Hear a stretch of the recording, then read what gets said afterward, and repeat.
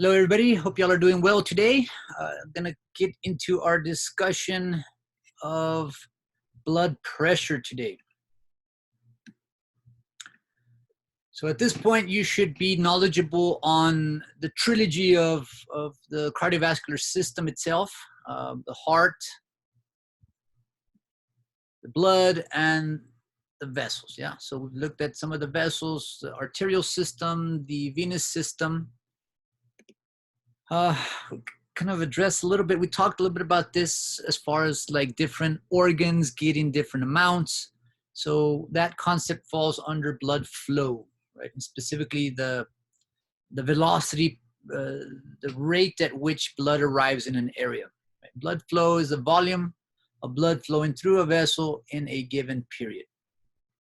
So how much blood is passing through that area per given period, per second, per minute, per hour, that kind of stuff. Yeah. So it's constant at rest. When we exercise, when you're under stress, we know that that can shift depending on the demands of that localized area. The brain, again, stays consistent. So blood flow changes. It travels through systemic circulation. It is fastest in the aorta, slowest in the capillaries, and then increases again in the veins. So we talked about this before, but looking at velocity, this concept overlaid on top of the actual anatomy. So you're in an open highway, right? Interstate clear, you're driving, fast. Oh, some lanes are gonna be closed ahead, traffic jam.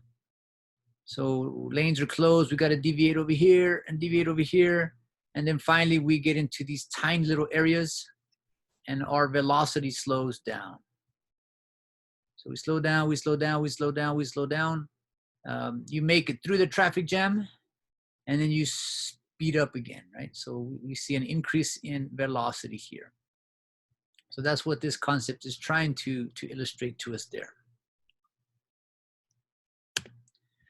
Now another concept that's related to flow, but it is distinct, is the idea of blood pressure. So we get into some physics here. Pressure, measured in millimeters of mercury.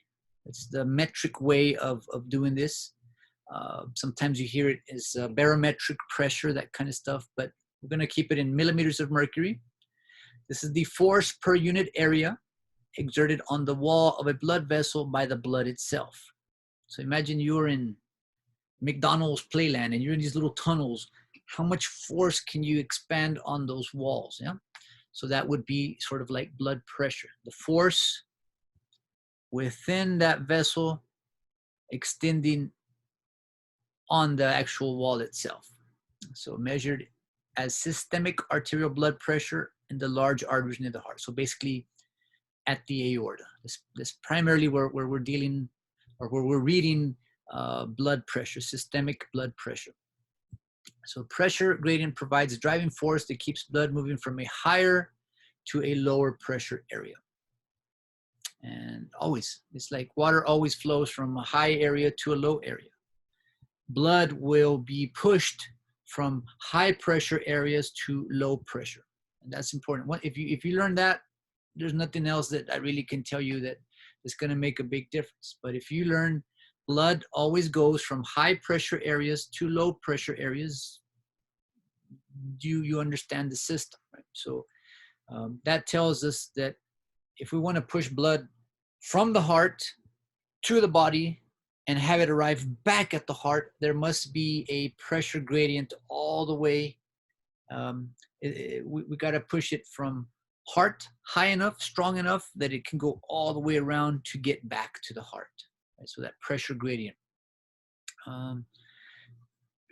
Pressure is not necessarily constant. When you're sleeping is different based on your age, on the sex, weight, race, mood, posture.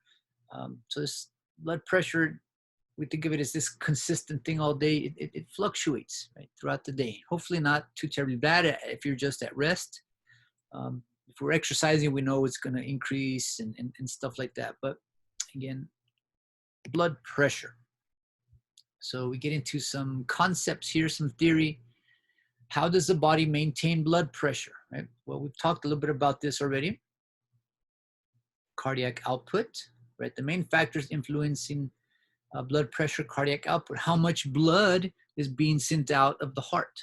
Remember, stroke volume times heart rate equals cardiac output.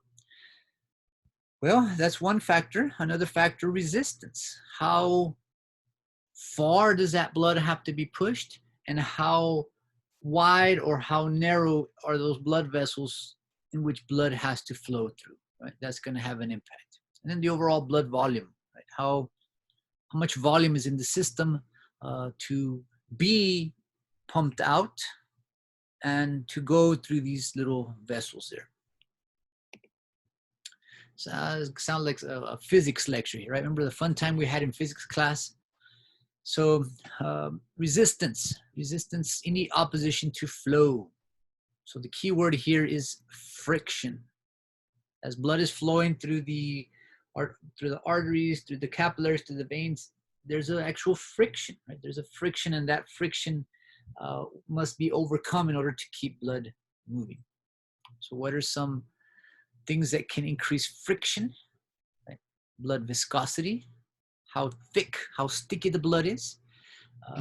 It should be not too bad if we have the normal hematocrit at 45%. If somebody is polycythemic, we have too many red blood cells, and it's that thick syrupy blood increasing resistance. Right? If somebody is very, very tall, right, more longer blood vessels, which mean that basically it's going to be harder and harder to get blood back to the heart. Not a human, but imagine like a giraffe, right? How far is the brain from the heart? How much more force does a giraffe's heart have to do to get blood all the way to the brain? There's a lot more resistance there, right, than a giraffe versus a human.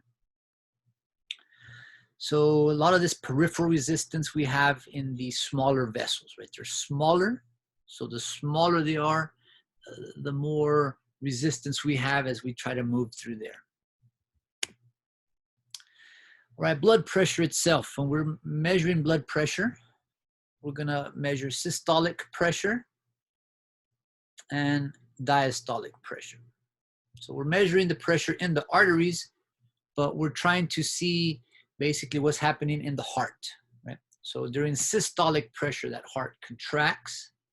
So systolic pressure, pressure exerted during ventricular contraction, and then diastolic pressure when that ventricle relaxes. So it's the lowest level of arterial pressure. And I think there's a better picture here. All right, so you know those famous numbers, 120 over 80, right? This is blood pressure, millimeters of mercury at the aorta, right? So aortic pressure. So during systole, when that heart contracts, average normal healthy blood pressure should be about 120 millimeters of mercury here, right? So when we undergo diastole, we should be dropping down to about 80. Right? So there's some slight different calculations that we do. Mean arterial pressure, it's kind of like an average, not quite average. I'll show you the calculation right now. But we know that blood pressure in systole, diastole, systole, diastole, systole, diastole is going to kind of change. And the farther that we go from the heart, in order for the system to function, we must see a decrease in blood pressure, right? We must see the blood pressure decreasing, decreasing, decreasing, decreasing, decreasing, decreasing, decreasing, decreasing, getting lower until we're basically back to the vena cava where we can dump back into the heart. So we're looking now at mean arterial pressure. I mentioned this before a little bit. I'm not going to really get into it a lot here, but it's the diastolic pressure plus 1/3 pulse pressure. Pulse pressure, the difference between systolic and diastolic pressure. So if I subtract the 80 from the 120, I have 40. 40 would be my pulse pressure. If I take 1/3, so 40 times 0.33, so what is that? 40, like 0.33, like 12, 40, do the math, right? So 0.33 times 4, 12, 1. So about 13 or so. So that would be 80 plus about 13, which would put us at about 93. And that would be then our mean arterial pressure, right? Maybe a little higher. We do the math there. So in this situation, pulse pressure difference between systolic and diastolic pressure. Pulse pressure and mean arterial pressure both decline with increasing distance from the heart. So the farther we go from the heart, our pressure gets less and less and less and less and less and less and less again. And that is that driving force. Blood always goes from higher pressure areas to lower pressure. So in order for blood to move from the arteries to the capillaries, we must be at lower pressures. In order to go from the capillaries to the veins, we must be at lower pressures. In order to go from the veins back to the heart must be at a lower pressure over there. So pressure being the ultimate driving force of circulation. Important here, right? Blood pressure in the capillaries will range from about 35 to about 15.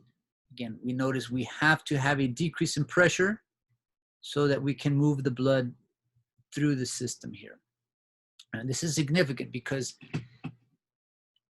we mentioned the different continuous, the fenestrated, the sinusoidal capillaries are leaky, right? So the higher pressure there is in the capillary, the more leakage we're going to have out of the capillary beds. So again, important concept of leakage within the system.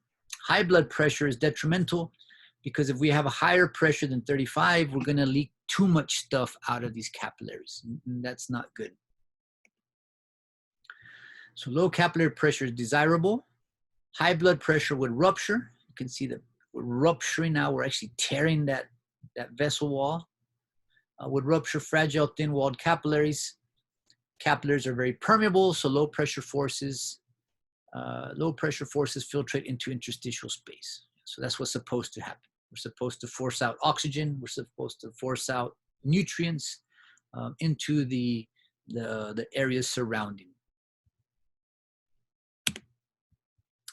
So venous blood pressure, so starting at about 15, then we kind of work our way back to the heart. So small pressure gradient from about 15 to about 0. So it barely makes it back into the heart. So blood pressure at the right atrium is basically 0. It has to be in order for that blood to move from the vena cava superior and inferior to the heart itself. Some things that help, since the venous supply is very low pressure, by walking, by contracting, by breathing, by any type of movement, by wearing tight stockings, anything that can help, that can slightly increase pressure a little bit, will help to move blood from especially the lower extremities, the legs, back to the heart. So the respiratory pump. So by breathing, we go in and out. That little tiny bit of change on these blood vessels helps to push blood up. Muscular pump, contraction of the skeletal muscles, kind of move blood from this valve to the next valve, to the next valve, to the next valve. And again, vasoconstriction will increase slightly blood pressure as well by increasing that resistance, that peripheral resistance. So again, just a reminder, the veins, particularly the veins of the legs, have these little valves, very similar to semilunar valves. So any contraction here squeezes on that vessel, enabling a little push to get blood here.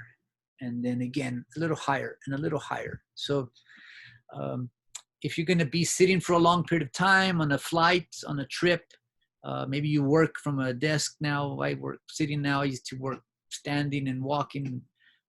But all this has an impact on sort of blood return back to the heart. So again, it's always recommended that on a long flight, hey, you get up a little bit, stretch your legs, walk around, or wear tight stockings, or even just sit, but kind of Move your legs up and down, up and down, up and down to get, contract the ankles to get blood flow. So yeah, there's that skeletal pump. So we contract, we force blood up, and that blood then it's not going to go farther than that, right? The next contraction will help push blood up there. So the muscles are just constantly relaxed. That's putting a lot of weight and pressure on that little valve itself, which can lead to what we call varicose veins, right? Varicose veins are situations where you can see the little valves are no longer competent. They're incompetent valves. So instead of having a nice little situation where the valve does its job, now let's say this valve is damaged. So all this blood is going to be harder to move it up here. So there's more weight on this valve now, right? And if this valve fails, then now there's more weight on this valve, and it just kind of a bad domino effect of incompetency of the little valves. The little valves prolapse down. They don't do the job that they're supposed to. And again, that is not comfortable, it's painful, and it has a negative impact on how blood is being returned back to the heart. It's already a challenge. Blood pressure is already so low. Now this is causing an even more difficult complication. All right, so how do we measure blood pressure? You go to Walmart, Walgreens, CVS, and you get that little cuff, right? Or you have a sphygmomanometer that you can use at home. But how does the body detect blood pressure? We have a couple of pressure receptors. I'm going to call baroreceptors. Baro implying pressure. Pressure receptors are located in the carotid sinus. If you know a little bit about the vascularization to the brain, the carotids. There's the carotids. There's a little baroreceptor. It's important that we understand what pressure of blood is going to the brain, right? So the aortic arch, where the aorta curves down, it leaves the heart on the superior side, does a 180 turn and drops down. So in that point, we then have a pressure sensor there, and the walls of the large arteries of the neck and thorax, right? So several baroreceptors in the arterial system, right? Which are trying to detect high or low blood pressure. And the body has some homeostatic ability to adjust and regulate to try to maintain that homeostatic blood pressure that it's supposed to have.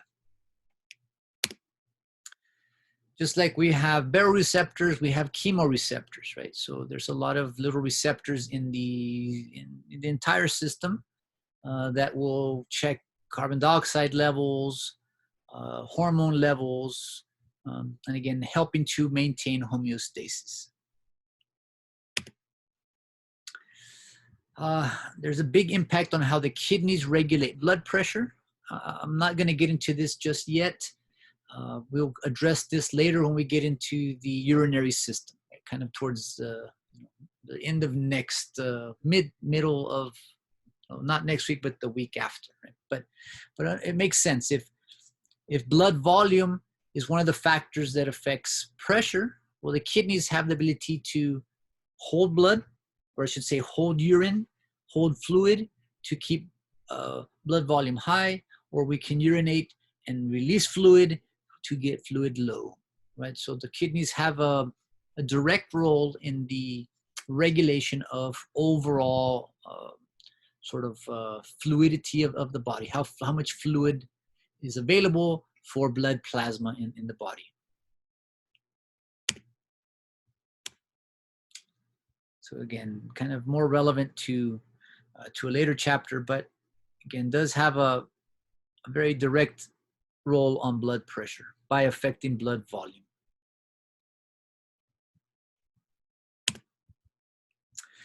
The heart itself, right? The heart deals very intimately with blood.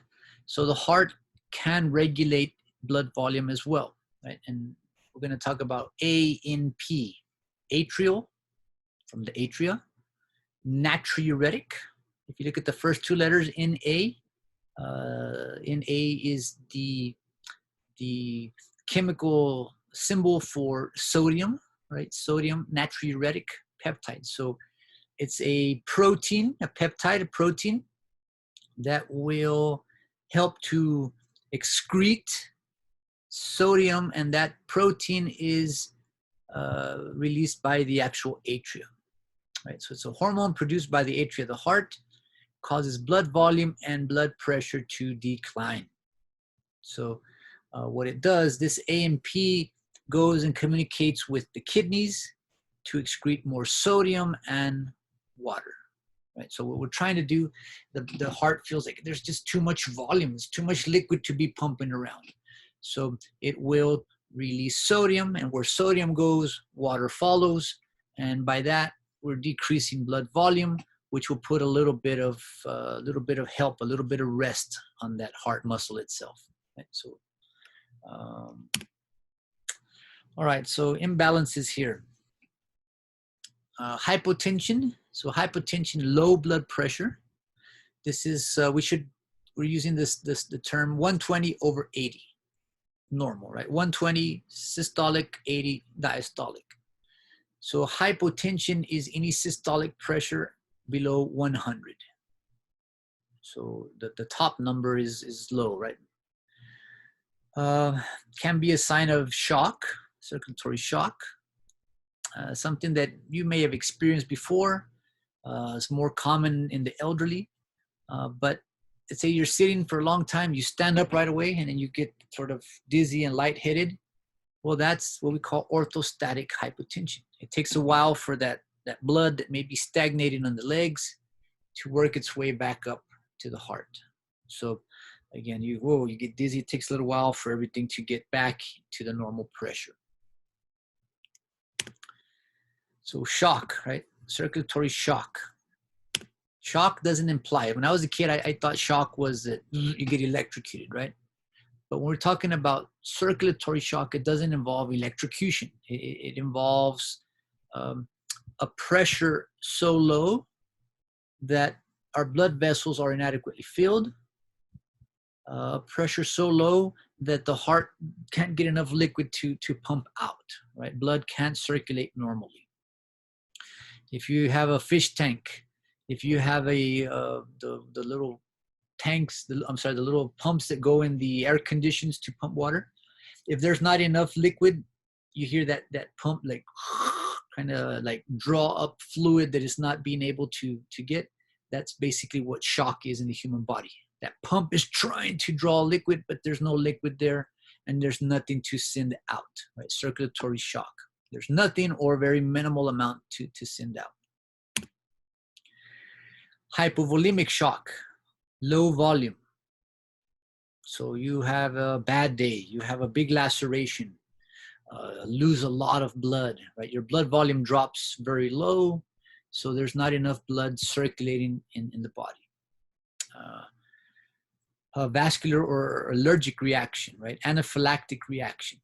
So all of a sudden, all of the vessels in the body dilate. We have this huge vasodilation causing a big drop in blood pressure. Right? This is what happens when people are allergic to bee stings. They get stung by a bee, and then they go into this circulatory shock, right? This anaphylactic type shock. So if there's not enough blood flow back to the heart cannot have a good in-diastolic volume. It's going to have a very, very low stroke volume, and again, not send out the proper amount of fluid. On the opposite side, we have hypertension, right? Hypertension, blood pressure, sustained systolic pressure above 140, right? Even the diastolic pressure is higher than normal. So if a person has a fever, if you're exercising, if you're very upset, well, we don't necessarily worry about that too much, right? It's not good, but we know that's sort of transient. It's going to go away when conditions get better. If you're just at rest, you're parasympathetically innervated at the moment, and you have this, then that's a little bit of a cause for concern. We got to see what's happening. Hypertension, prolonged hypertension, is a major cause of heart failure. That heart is just working too hard, trying to overcome the afterload. It's a, it's a cause of vascular disease, renal failure, stroke. So none of those are something you want, right? And all of these potentially can be controlled just by reducing that blood pressure. Again, some of them are identifiable, some of them are genetic, some of them are because of our daily activities, not going to the gym, too much stress, right? So try to find, if there's hypertension, try to find what is triggering that, and can that be controlled in an easy way. Angiogenesis, understand that you're going to memorize a bunch of blood vessels and the body will always adapt. So remember, maybe you memorized all these blood vessels, but now you have an actual patient in front of you and like, hey, that looks different than what I memorized, right? Each person's body is subjected to different demands, right? If we analyze a bodybuilder's arm, right, man, they need a lot of oxygen to supply all these new muscle cells that have been generated there. So they will generate genesis, they will make new blood vessels, angiogenesis. It's a way that the body can compensate, right? If we're getting very muscular or potentially obese, the body has to still send supply of oxygen to all these adipose cells, right? And again, this will happen naturally as a response to low oxygenation. Just like we can add more red blood cells, we can add more blood vessels to make sure we supply all of the tissue's oxygen demands. So again, a lot of things to, to analyze in this flow chart. We have bleeding. Well, what's going to happen? We're going to detect the bleeding by the baroreceptor. We're going to start to have an impact on heart rate, vasoconstriction. But again, we're always trying to keep this concept of blood pressure and trying to regulate it as best we can. So pause the video at this point, analyze, make sense what you can, and understand how truly dynamic and impressive the human body is. It's amazing the way it functions. There's this checks and balances and compensations. If this fails, we're going to increase this over here. If this is too high, we're going to diminish this over here, right? And it's just amazing the way it all works together. So mean systemic arterial pressure, right? Cardiac output, peripheral resistance, blood volume, all having an impact on this.